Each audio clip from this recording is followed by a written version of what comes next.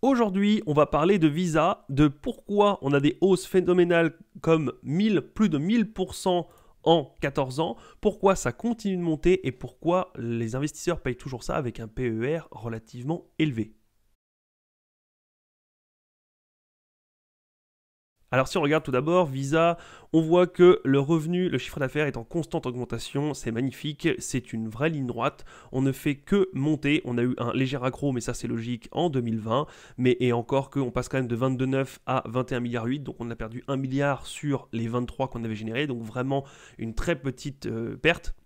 On a ici, on passe de 6 à 32, donc c'est énorme, on a un 5 fois et demi, 5 fois en 14 ans, ce qui est incroyable. Au niveau des revenus, on va voir aussi que ça monte tout doucement, tranquillement, c'est magnifique, c'est une vraie ligne droite, ça n'arrête pas, on passe de 800 millions à plus de 16 milliards, presque 17 milliards. On a des marges qui sont très élevées, des marges nettes, donc on avait au début un 12% et on voit que depuis de nombreuses années, alors on tend à augmenter. Est-ce que c'était un coup de chance? Est-ce qu'on va revenir un petit peu vers les 45%? Quoi qu'il en soit, même si on retourne à une médiane, on est aux alentours de 40%, 40% de marge nette, c'est incroyable, on fait d'énormes marges. Au niveau du nombre d'actions en circulation, on a eu une augmentation significative jusqu'en 2012, à aller voir pourquoi, savoir si c'est le rachat d'un concurrent, si c'est pour financer des nouveaux projets, peu importe, ou une mauvaise gestion. Et on voit quand même que depuis plus de 12 ans, on ne fait que racheter et on y va franco, puisqu'on est passé de 2 milliards à 1,6 milliard, donc c'est relativement pas mal du tout. Si on continue à cette allure, ça sera vraiment excellent pour l'investisseur. Si on passe au screener 2, le screener 2, on regarde le roadshow. Souvent on dit que le roadshow, alors il y a l'échelle qui est pas très bonne. Souvent, on dit qu'on a un bon roadshow à partir de 15%. Entre 10 et 15, on est sur une entreprise plutôt moyenne bonne. Et au-delà de 15, on commence à avoir des belles sociétés. On voit qu'on est passé à 18, 20, 35, 40 et on est à 43 aujourd'hui. Alors même si c'est une année exceptionnelle, comme d'habitude, même si on redescendait vers les 35, voire même les 30, on reste sur une entreprise de grande qualité puisque ça veut dire qu'on a sûrement un avantage concurrentiel phénoménal et qu'on arrive à mieux réinvestir, à mieux employer les capitaux que les autres. Si on regarde au niveau du free cash flow, sans surprise, c'est en constante augmentation également. Je vais remettre sur l'échelle. On a une constante augmentation. On passe de 1 milliard, un peu moins d'1 milliard ici, à 17 milliards, presque 18, donc x 18 aussi, c'est excellent. Et au niveau du price to free cash flow, alors là, sans surprise, on paye ça relativement cher depuis longtemps. On a eu en 2014, on a eu un PER à 17, enfin un price to free cash flow à 17 et on n'est jamais redescendu. Donc on voit bien que souvent on est aux alentours des 25-30. On voit ici, on est aux alentours d'une médiane de 28, ce qui est énorme, avec des pics forcément, mais là, durant les bulles, c'est toujours le cas.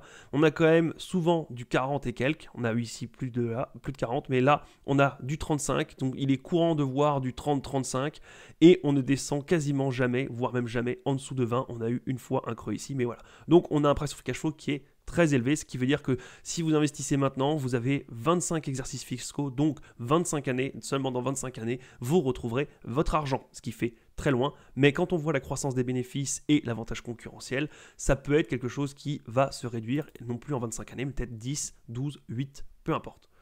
Si on passe au screener 3, on regarde le PER qui va être exactement dans le même ordre.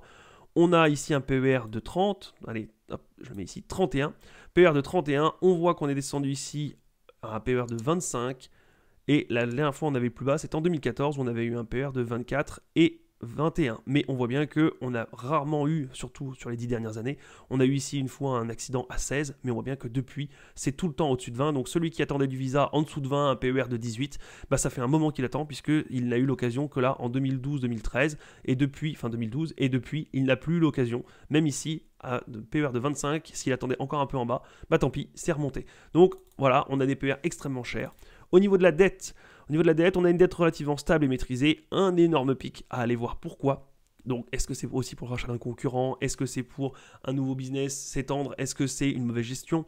Il y a aussi certaines sociétés qui s'endettent pour verser un dividende. Alors, oui, de base, s'endetter pour verser un dividende, c'est stupide. Sauf dans le cas où l'argent que vous avez, vous arrivez à mieux le placer à un meilleur rendement que l'argent que vous n'avez pas. J'explique et j'illustre. Si jamais vous avez 25 milliards dans les caisses en trésorerie. Si vous placez ces 25 milliards sur, par exemple, des bons du Trésor américain ou peu importe, et que ça vous rapporte du 3 ou 4%, vous faites donc fructifier 25 milliards à 4%. Si maintenant vous empruntez 25 milliards également, on va prendre le même chiffre, même si ce n'est pas toujours le même cas, mais pour que vous y voyez bien, Si on prend la Visa emprunte 25 milliards, vu la réputation de Visa, vu la bonne gestion, vu la taille, elle n'aura pas des taux d'emprunt à 4 ou 5%. Elle aura peut-être du 1 ou du 2. Mettons du 1 pour l'exemple, même si ça peut être plus que ça. Vous empruntez 25 milliards à 1%, pendant que vous faites fructifier 25 milliards à 4%. Vous êtes rentable, vous gagnez de l'argent. Il vaut mieux s'endetter dans ce cas-là précis pour gagner de l'argent. Et donc, vous empruntez 25 milliards pour verser, par exemple, des dividendes ou racheter des actions. Et dans le même temps, votre trésorerie, vous la placez à échéance plus ou moins long terme. Ça, c'est vous qui voyez, c'est de la gestion. Ça peut être du bon de trésor à 3 mois, à 6 mois, à 10 ans, peu importe. Mais si le rendement dans lequel vous placez est supérieur au rendement auquel vous empruntez, eh bien, vous gagnez de l'argent. Donc, il existe de rares entreprises qui, vu qu'elles sont extrêmement solides et ont beaucoup de trésorerie, ont tout intérêt à emprunter à taux bas pour placer à taux élevé. Et donc, il se pourrait que ce soit ça. Je ne dis pas que c'est ça, mais ça s'est déjà vu que Visa fasse ça, que Apple fasse ça. Donc, c'est possible. Sinon, il faut aller lire les rapports financiers et écouter les conférences call pour voir si c'était une bonne gestion ou une mauvaise gestion. Quoi qu'il en soit, on ne fait que rembourser la dette et aujourd'hui, on arrive en trésorerie. Si on arrive ici au niveau des capitaux propres, on voit pareil, une ligne droite, c'est incroyable comme c'est lisse, comme c'est linéaire, on passe de 23 à 38 milliards, presque 39, et ça ne fait que monter. Il y a eu un léger accro ici entre 2012 et 2013, et depuis, on ne fait que remonter, c'est incroyable. Et ici, en 2022, on passe de 37 à 35, il faut aller voir pourquoi, mais globalement, on est quand même sur une bonne ligne droite. La capitalisation boursière, du coup, sans surprise, elle monte en flèche, en ligne droite, et ça ne s'arrête pas.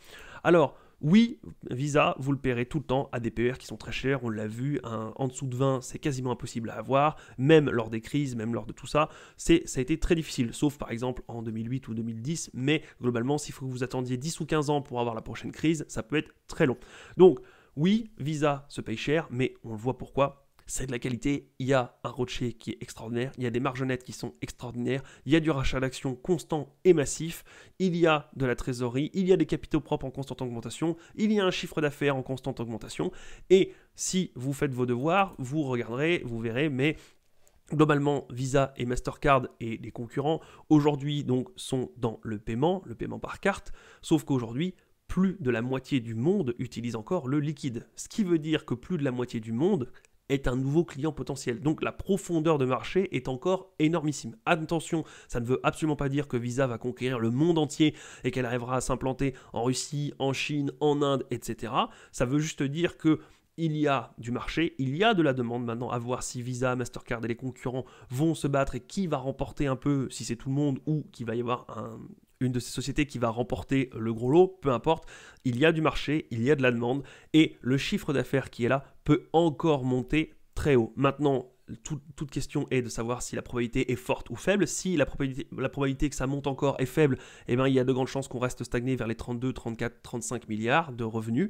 Si jamais la profondeur de marché est immense et que Visa sait exploiter cette profondeur de marché, alors il y a de fortes probabilités que le 32 dans 10, 20 ans soit à 70, 80, 90 et avec les marges qu'on connaît actuellement, ça pourrait faire vraiment un joli portefeuille si vous aviez du Visa. Attention, encore une fois, ce n'est pas un conseil d'investissement, je n'ai pas lu les rapports financiers et écouté les conférences call de Visa, donc je ne sais absolument pas si jamais ça va continuer à monter, si on est parti pour avoir des revenus qui stagnent pendant quelques années, si elle va souffrir d'une éventuelle récession ou pas.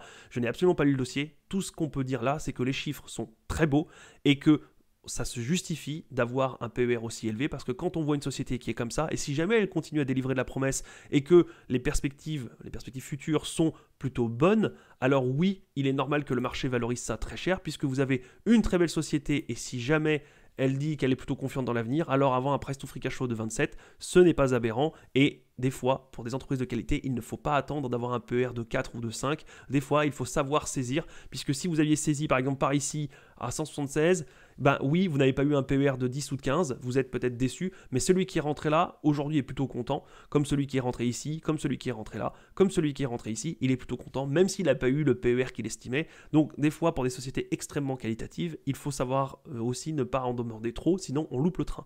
Attention, ça ne veut pas dire qu'à l'heure actuelle, vous devez vous ruer sur Visa. Visa est quand même sur les plus hauts. Donc on voit bien qu'on est vraiment très très haut. On pourrait avoir un dégonflement et redescendre par ici, comme on pourrait aussi bien monter. Donc pour ça, pour le savoir et pour bien dormir la nuit, faites vos devoirs, étudiez les ratios, étudiez plus en profondeur que ce qu'on vient de faire là, écoutez les conférences call, lisez les rapports financiers pour vous faire une image complète, une représentation et bien dormir la nuit. Et moi, je vous dis à la prochaine. Salut!